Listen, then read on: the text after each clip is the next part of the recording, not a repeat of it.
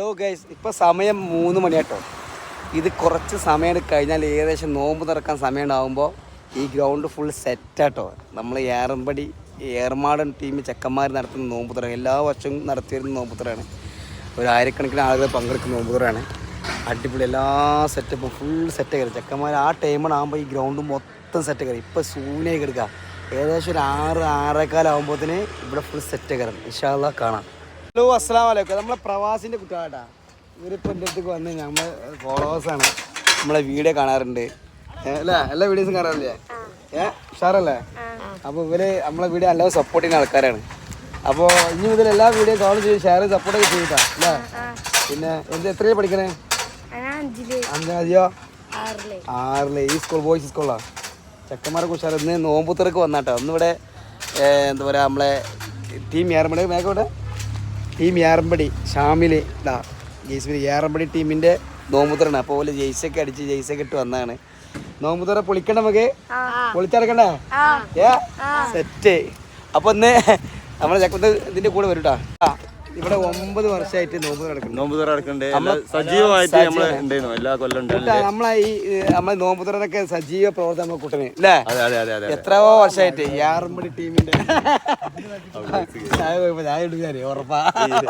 അതെന്തായിട്ടും പേടില്ലല്ലോ. അപ്പൊ കുട്ടൻ പറയും കുറച്ച് തിരക്കിലാണ് കഴിഞ്ഞ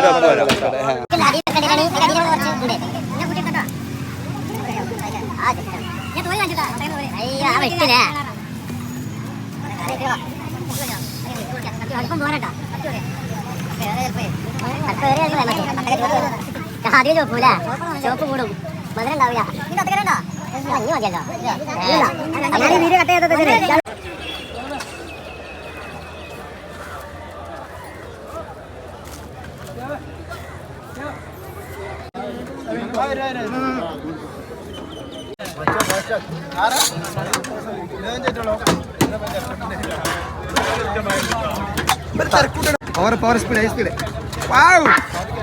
ഒന്ന് കറക്കിയാണ്.